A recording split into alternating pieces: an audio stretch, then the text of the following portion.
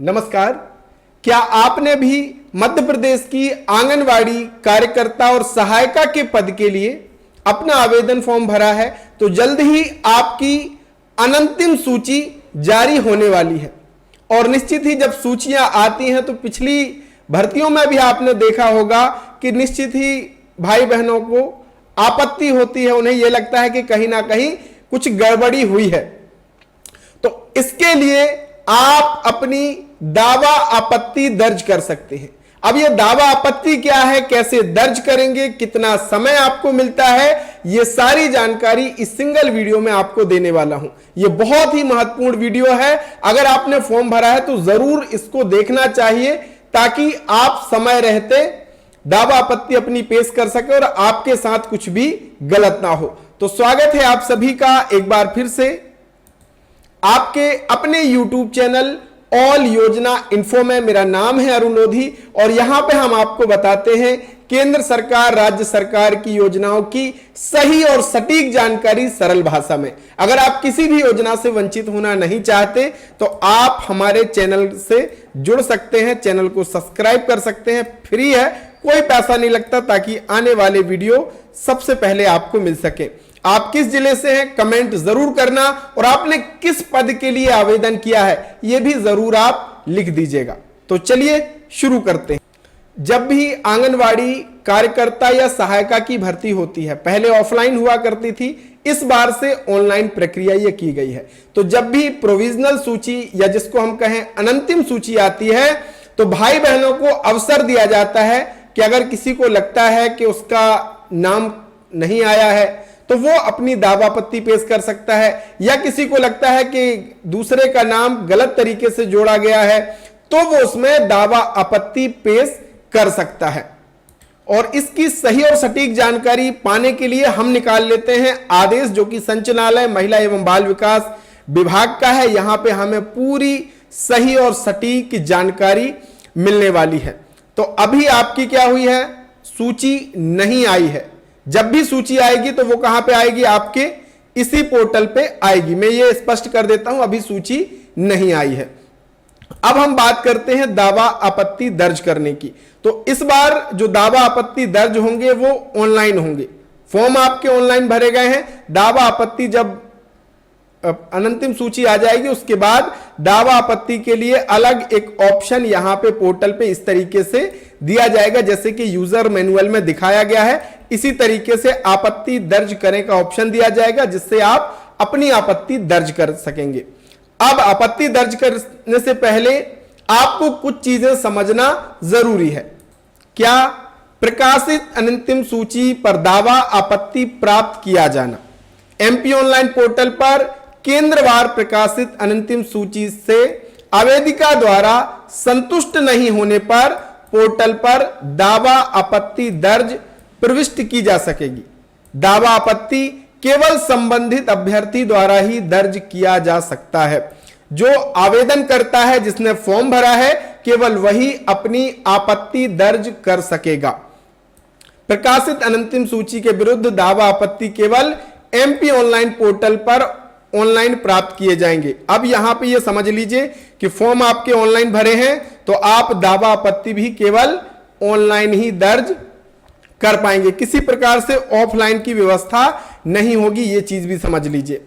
प्रकाशित अनंतिम सूची के विरुद्ध दावा आपत्ति के समय आवेदिका द्वारा केवल आवेदन के साथ प्रस्तुत दस्तावेजों से संबंधित दस्तावेज प्रस्तुत किए जाएंगे तथा कोई नवीन दस्तावेज स्वीकार नहीं होगा। यह बहुत महत्वपूर्ण पॉइंट है। चौथा, किसी आवेदिका का कोई दस्तावेज अंक देने से छूटा हो तो भी दावा किया जा सकता है। मान लीजिए आपने बीपीएल कार्ड लगाया था या फिर आपने कोई और दस्तावेज लगाया था, अनुभव प्रमाण पत्र, लेकिन आपके अंक अगर काउंट नहीं हुए हैं तो आप उसमें दावा कर सकते हैं कि भैया मेरे पास तो बीपीएल कार्ड था लेकिन मुझे अंक नहीं मिले, तो आपको वो दस्तावेज प्रस्तुत करना होगा। आवेदिका द्वारा अंतिम मेरिट सूची में आए उम्मीदवार के विरुद्ध दस्तावेज प्रमाण प्रस्तुत किए जाने होंगे। अगर आप किसी उम्मीदवार के विरुद्ध अगर कोई आपत्ति लगाते हैं तो आपको दस्तावेज प्रस्तुत करना होगा।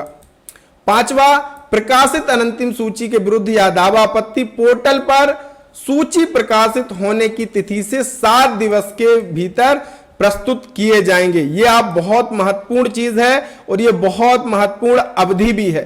7 जैसे ही अनंतिम सूची आएगी उसके 7 दिन अंदर तक आप अपनी दावा आपत्ति को दर्ज कर सकते हैं, उसके बाद कुछ भी नहीं हो सकता है। तो आप अपने तमाम दस्तावेजों को जरूर से तैयार करके रखिएगा। अगर कोई ऐसी स्थिति बनती है तो आप नियत तिथि के भीतर अपना दावा आपत्ति प्रस्तुत कर सकते हैं।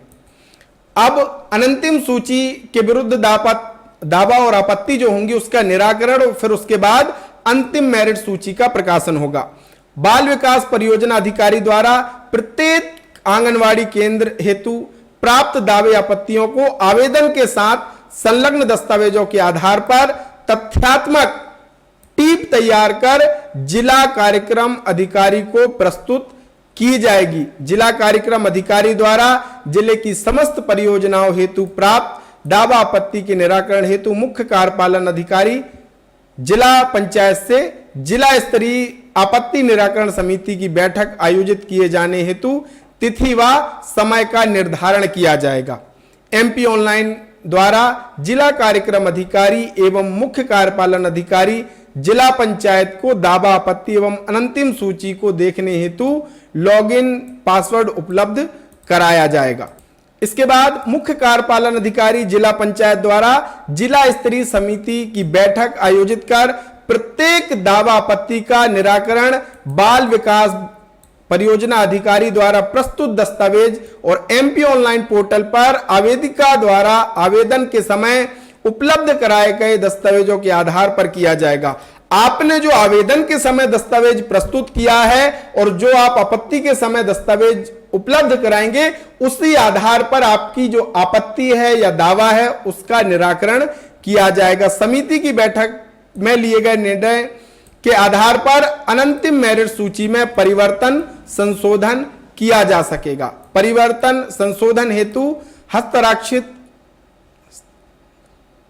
हस्ताक्षरित जो कार्यवाही का विवरण है वो उसकी पूरी प्रति पोर्टल पर भी अपलोड की जाएगी, जिसे आप ऑनलाइन भी देख सकेंगे। एमपी ऑनलाइन पोर्टल पर जिला कार्यक्रम अधिकारी द्वारा संशोधन परिवर्तन का कार्य किया जाएगा।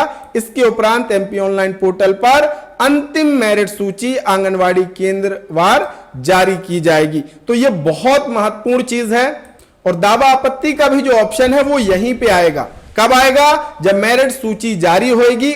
मेरिट सूची जारी होने के बाद आपको 7 दिन के भीतर अपना दावा आपत्ति प्रस्तुत करना होगा। कैसे करेंगे? ऑनलाइन स्टेप बाय स्टेप में इसके लिए जब ऑप्शन आ जाएगा तो आपके लिए वीडियो लेकर के आने वाला हूं। लेकिन ये बहुत महत्वपूर्ण है, इस वीडियो को जरूर शेयर कीजिएगा ताकि समय रहते भाई बहन अपने तमाम डॉक्यूमेंट एकत्रित कर लें। और हां, आप किस जिले से हैं वो कमेंट तो जरूर करना और आपको किस विषय पर वीडियो चाहिए ये जरूर लिखना ताकि मैं और अच्छे से आप तक सरकारी योजनाओं सरकारी भर्तियों की जानकारी पहुंचा सकूं। तो मिलेंगे एक नए वीडियो नई जानकारी के साथ, तब तक के लिए बहुत बहुत धन्यवाद।